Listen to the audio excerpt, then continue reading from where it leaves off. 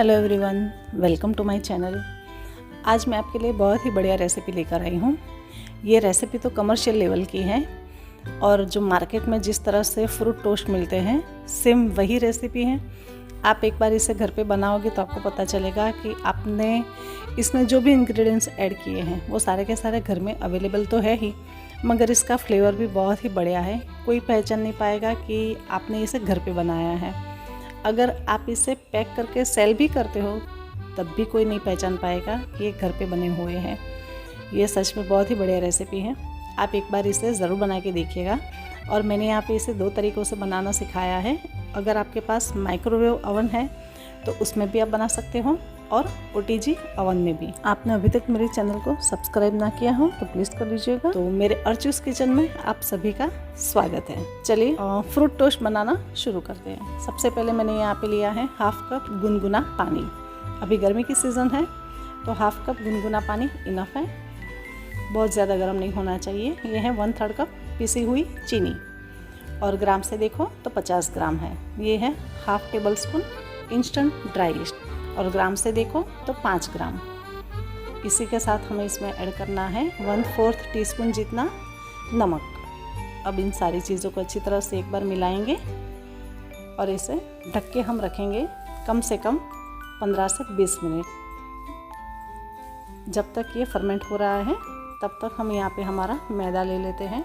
मैंने यहाँ पे 250 ग्राम मैदा लिया है। आप चाहो तो आधा मैदा और आधा गेहूँ का आटा भी ले सकते हो। अब मैंने यहाँ पे 1 टेबलस्पून भर के लिया है कॉर्नफ्लावर। अगर आपके पास कॉर्नफ्लावर नहीं है और कस्टर्ड पाउडर है वनीला फ्लेवर का तो भी आप ले सकते हो। मैंने यहाँ पे वनीला फ्लेवर का कस्टर्ड पाउडर क्यों नहीं लिया है मैं बाद में आपको बताऊँगी। अभी मैंने यहाँ पे लिया है कैल्शियम पाउडर। ये सबसे इम्पॉर्टेंट चीज़ है। अभी तो ये ऑनलाइन भी आराम से मिल जाता है, तो अगर आप मेरी तरह से बेकिंग के शौकीन हो तो आप इसे एक बार ज़रूर परचेज़ कर लीजिएगा। कैल्शियम पाउडर मैंने यहाँ पे लिया है 1/4 टीस्पून का भी आधा। और साथ ही में इसमें ऐड करेंगे हम 40 ग्राम फ्लेवरलेस ऑयल। और आपके पास ग्राम के हिसाब से ना हो मेज़रमेंट तो आप 1/4 कप भी ले सकते हो। साथ ही में इसमें मैं ले रही हूँ 50 ग्राम टूटी फ्रूटी। आपको ज़्यादा पसंद हो तो आप ज़्यादा भी ले सकते हो, मगर इतनी इनफ है। चलिए, अब हमारा जो प्रिपरेशन था वो कंप्लीट है। हमारा फ्लाइंग फर्मेंटेशन भी रेडी है। ये जो हमारा यीस्ट का जो फर्मेंट बन के रेडी है इसे फ्लाइंग फर्मेंटेशन कहते हैं। अब इसमें हमारा ऑयल ऐड करेंगे और साथ ही में मैंने जो मैदा, कैल्शियम पाउडर लिया था और कॉर्नफ्लावर उसका मिक्सचर भी इसमें ऐड कर देंगे। ये रेसिपी बहुत ही आसान है, मगर कई लोग इसे इतनी कॉम्प्लिकेटेड बना देते हैं कि जो न्यू बिगिनर्स है वो लोग तो देख के ही घबरा जाते हैं कि भाई हमसे नहीं होगा, इसे तो अच्छा बाहर से ला के खा ले। मगर ऐसा नहीं है। आपने देखा होगा कि मैंने एक ही बाउल में सब मिक्स कर दिया और आज मैं हाथों का यूज़ नहीं कर रही हूँ। जो ब्लेंडर आता है जब हम व्हिप क्रीम के लिए यूज़ करते हैं उसके साथ ऐसी स्टिक भी आती है। ये स्पेशल इस तरह से डो के लिए ही होती है, मगर कई लोग हाथों से ही बनाते हैं। मैं भी हाथों से ही बनाती हूँ, मगर कई लोगों को इसका यूज़ नहीं पता है कि इसे किस में यूज़ करते हैं। तो आप इस स्टिक से पिज़्ज़ा डो बना सकते हो, ब्रेड का डो बना सकते हो। इस तरह से कोई भी आप डो बना सकते हो या फिर घर के रेगुलर डो भी आप बना सकते हो। तो मैंने आज इसी से आपको बनाना सिखाया है। तो इससे क्या होगा कि हाथों की मेहनत थोड़ी कम हो जाएगी और ये बहुत ही बढ़िया इसमें ग्लूटेन भी डेवलप हो जाएगा। आपने देखा होगा कि मैंने एक ही जगह पे ब्लेंडर रखा है और साथ में मैं बोल को घुमा रही हूँ। बस इसे हमें कम से कम 5 से 7 मिनट तक हाई स्पीड पे इसी तरह से मिक्स करते जाना है। देखिए, अभी डो बहुत ही स्टिकी है।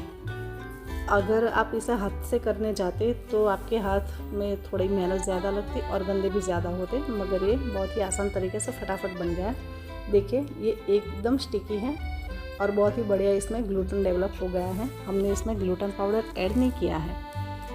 और एक ख़ास बात कि जब हम ब्रेड बनाते हैं, पफ बनाते हैं, तो उसके लिए जो मैदा होता है वो हमेशा आप जो मार्केट में जो लूज़ मिलता है, जो किराने वाले स्टोर पे जो लूज़ मिलता है वही लीजिए। पैकेट वाला मैदा अगर लोगे तो उससे आपका ये जो ब्रेड या पफ है वो अच्छा नहीं बनेगा।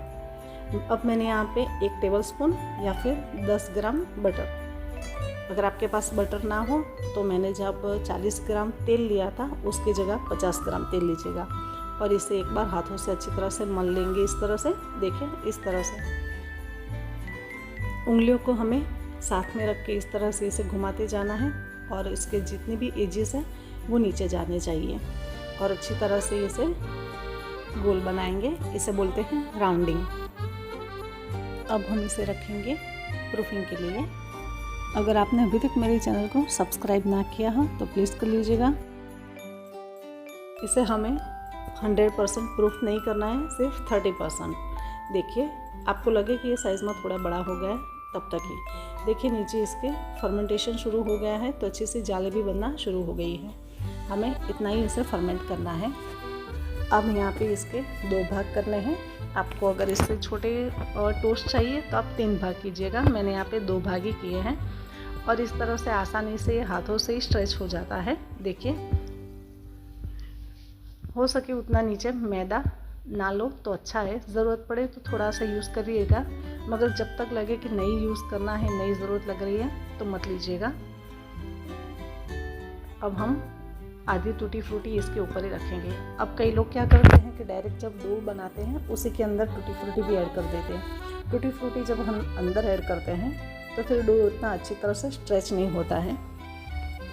अब हमें इस तरह से इसका सेमी सर्कल बनाना है, हाफ मून जैसा बोलते हैं, और हाथों को इस तरह से देखिए, ये सही रीत है अगर आप ब्रेड बनाओ तो भी, या फिर ब्रेड से रिलेटेड कोई भी रेसिपी।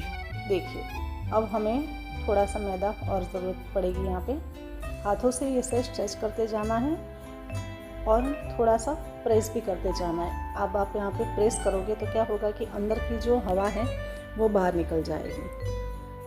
जब हवा बाहर निकल जाएगी तो कई बार क्या होता है कि आप हल्के हल्के हाथों से करते हो, प्रेस अच्छी तरह से नहीं करते तो अंदर एयर रह जाती है। फिर जब हम ब्रेड या बन कुछ कट करते हैं तो बीच में बड़े बड़े होल हो जाते हैं। हमें वो बड़े बड़े होल नहीं चाहिए। अब यहाँ पे हम देखिए इस तरह से साथ में एक एक बार इस तरह से रोल करते जाएंगे और सील करते जाएंगे। देखिए इस तरह से। और अब हमारा जो लास्ट एज है उसे भी इस तरह से चिमटियों से अच्छी तरह से सील कर देंगे और जो साइड है उसे इस तरह से प्रेस करेंगे और उसे इस तरह से नीचे लेते जाएंगे ताकि साइड में भी बहुत ही बढ़िया राउंड शेप आ जाए। आपने देखा होगा कि मैंने बहुत सारा मैदा यहाँ पे यूज़ नहीं किया है, ये बहुत ही आसानी से बन जाता है। देखिए मैंने पहले एक बना दिया था मगर उस वक्त मेरा कैमरा ऑफ था, मैं भूल गई थी ऑन करना, मगर जब मैं दूसरा बना रही थी तब तक ये पहला वाला प्रूफ भी होना शुरू हो गया। अब इसे हम ढक के रखेंगे कम से कम 1 घंटा, या फिर ये फूल के डबल ना हो जाए तब तक। अभी 1.5 घंटा हुआ है इसे और ये अच्छी तरह से डबल हो गया है साइज़ में। अब इसके ऊपर हमें मिल्क वॉश करना है। अगर आप एग्स खाते हो तो इसके ऊपर आप एग वॉश भी कर सकते हो। अच्छा, मैंने यहाँ पे आपको बताया था कि कैल्शियम पाउडर का रोल क्या है। कैल्शियम पाउडर का मेन रोल ये है कि इसमें जो कलर है थोड़ा सा वाइटिश रहेगा और दूसरा ये आसानी से क्रैक होगा मतलब जब टोस्ट बनेंगे तो थोड़े ज़्यादा कुरकुरे बनेंगे। और तीसरा इसकी सेल्फ लाइफ बढ़ जाती है। अगर आप इसे टोस्ट नहीं बनाते और इस तरह से आप इसे ब्रेड के तरीके से भी खाना चाहते हो तो भी ये आराम से 5 या 6 दिन तक बाहरी अच्छे से रहेगी।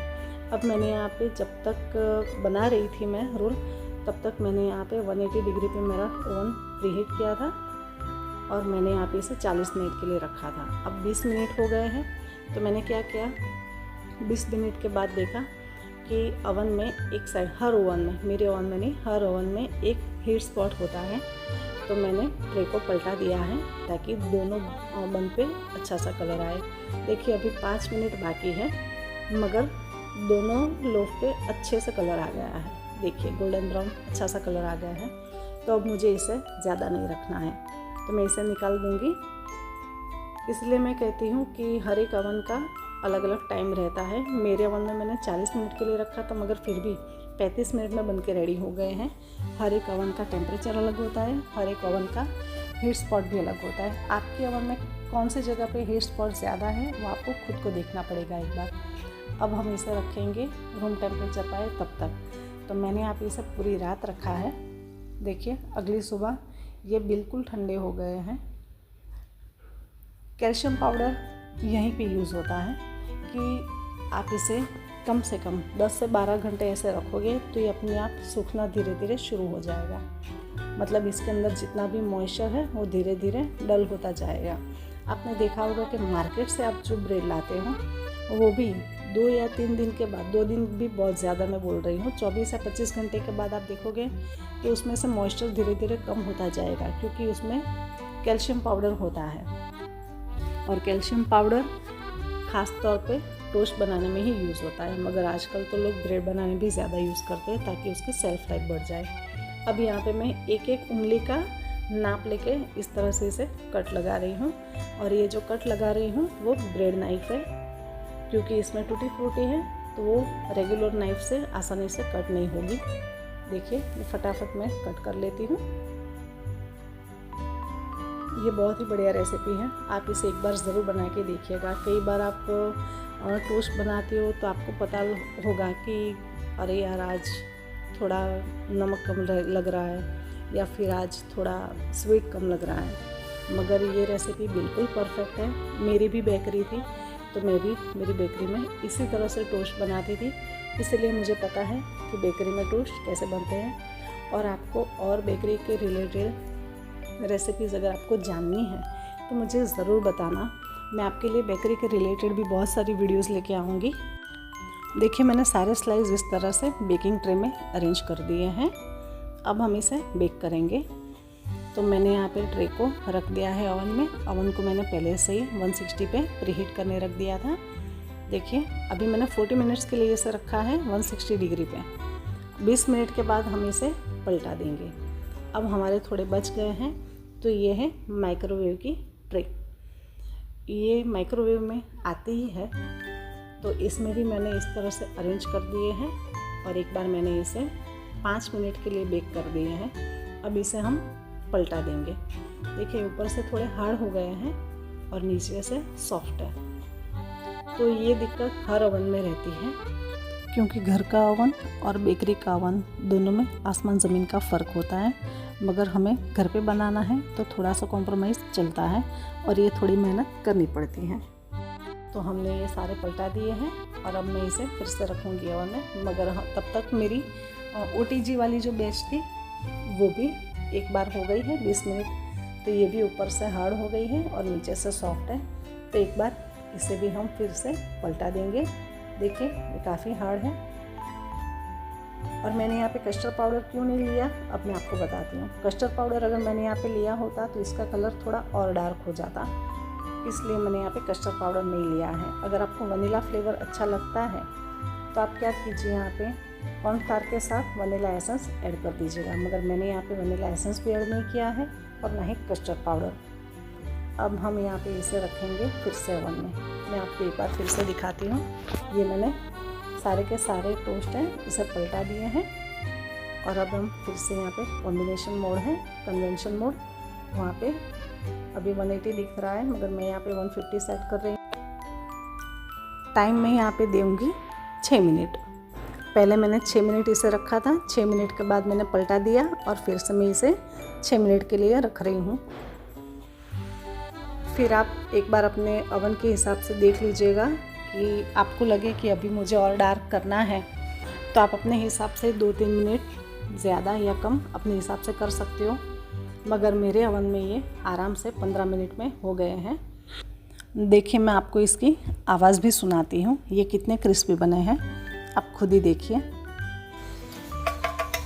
देखिए कितनी बढ़िया आवाज़ आ रही है।